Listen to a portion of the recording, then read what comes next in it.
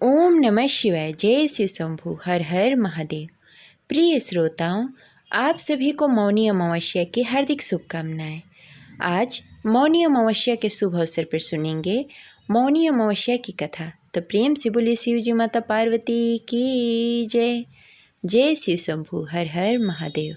प्रिय श्रोताओं, माघ मास की अमावस्या को मौनी अमावस्या कहा जाता है। यह सभी अमावस्याओं में से सबसे महत्वपूर्ण अमावस्या मानी जाती है।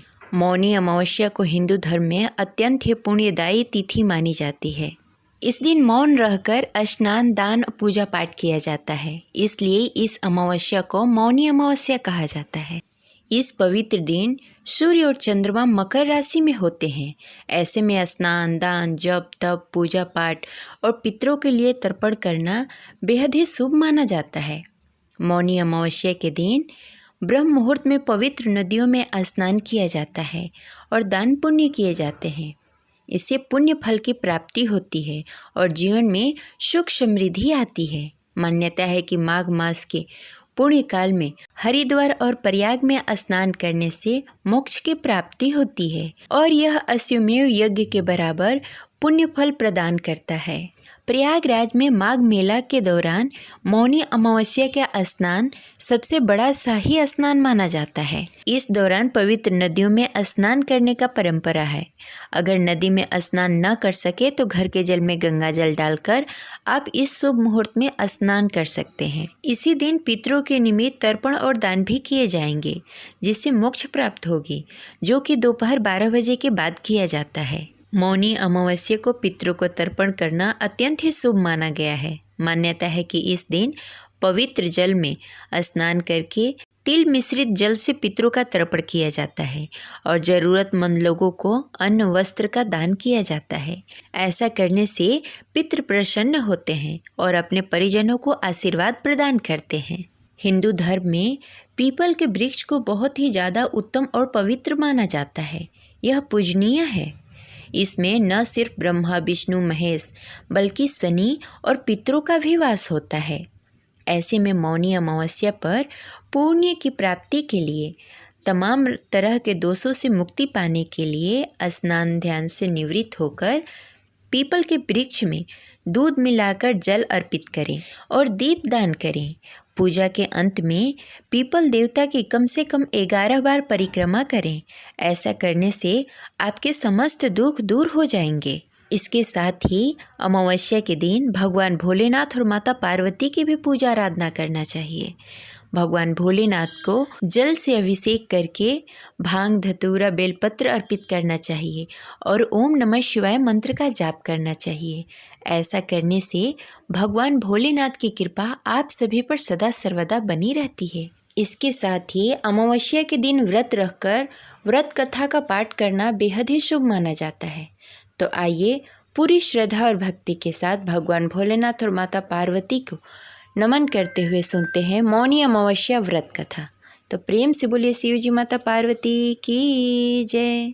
जय शिव शंभु। हर हर महादेव। मौनी अमावस्या की पौराणिक कथा के अनुसार कांचीपुरी में देव स्वामी नामक एक ब्राह्मण और उसकी पत्नी धनवती का एक परिवार था। उसके 7 बेटे और गुणवती नामक एक बेटी थी। ब्राह्मण ने 7 पुत्रों का विवाह करके बेटी के लिए वर खोजने के लिए अपने बड़े पुत्र को भेजा।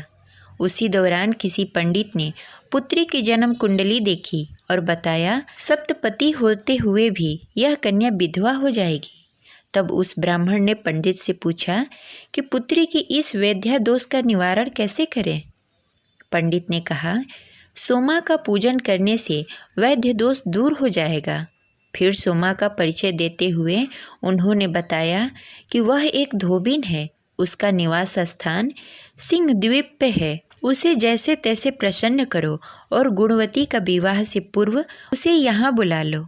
तब देव स्वामी का सबसे छोटा लड़का बहन को अपने साथ लेकर सिंह द्वीप पर जाने के लिए सागर तट पर चला गया। सागर पार करने की चिंता में दोनों एक वृक्ष की छाया में बैठ गए।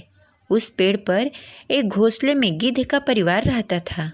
उस समय घोंसले में सिर्फ गिद्ध के बच्चे थे। गिद्ध के बच्चे भाई बहन के क्रियाकलापों को देख रहे थे। संध्या काल के समय उन गिद्धों की माँ आई तो उन्होंने भोजन नहीं किया। वह अपने माँ से बोले, माँ, नीचे 2 प्राणी सुबह से भूखे प्यासे बैठे हैं। जब तक वे कुछ खा नहीं लेते तब तक हम लोग भी कुछ नहीं खाएंगे। तब दया और ममता से वशीभूत होकर गिद्ध की माँ ने उनके पास आई और बोली, मैंने उसकी इच्छा को जान लिया है। इस वन में जो कंदमूल फल फूल मिलेगा मैं ले आती हूँ, आप दोनों खा लीजिए। मैं प्रातःकाल आपको सागर पार कर सिहल द्वीप की सीमा के पास पहुँचा दूंगी। और वे दोनों भाई बहन माता की सहायता से सोमा के यहाँ जा पहुँचे। वे नित्य प्रातः उठकर सोमा का घर झाड़कर लीप देते थे।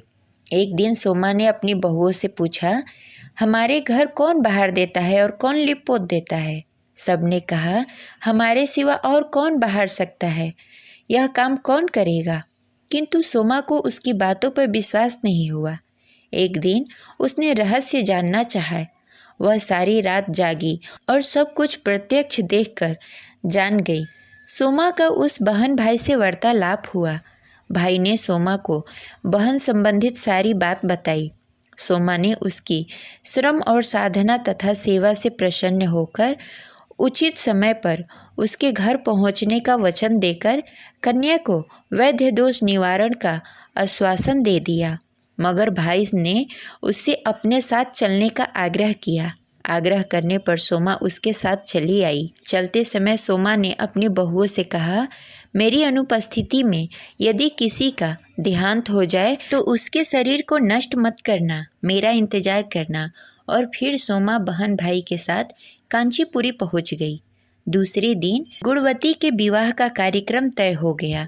सप्तपति होते ही उसका पति मर गया। सोमा ने तुरंत अपने संचित पुण्यों का फल गुणवती को प्रदान कर दिया। तुरंत ही उसका पति जीवित हो उठा। सोमा उसे आशीर्वाद देकर अपने घर चली गई। उधर गुणवती को पुण्य फल देते ही सोमा का पुत्र जमाता तथा पति की मृत्यु हो गई। सोमा को इस बात का एहसास हो गया और सोमा ने पुण्य फल संचित करने के लिए मार्ग में पीपल वृक्ष की छाया में विष्णु जी का पूजन करके 108 बार परिक्रमा की। इसके पूरा होते ही इससे अर्जित पुण्य से सोमा का पति, बेटा और जमाता जीवित हो गए। वे अकाल मृत्यु से मुक्त हो गए थे। जो भी व्यक्ति विधि विधान से मौनी अमावस्या का व्रत करता है उसे भगवान विष्णु की कृपा प्राप्त होती है और उसके जीवन में सुख समृद्धि का वास होता है। इस प्रकार यह कथा संपन्न हुई। तो प्रेम से बोलिए भगवान विष्णु की जय। हर हर महादेव।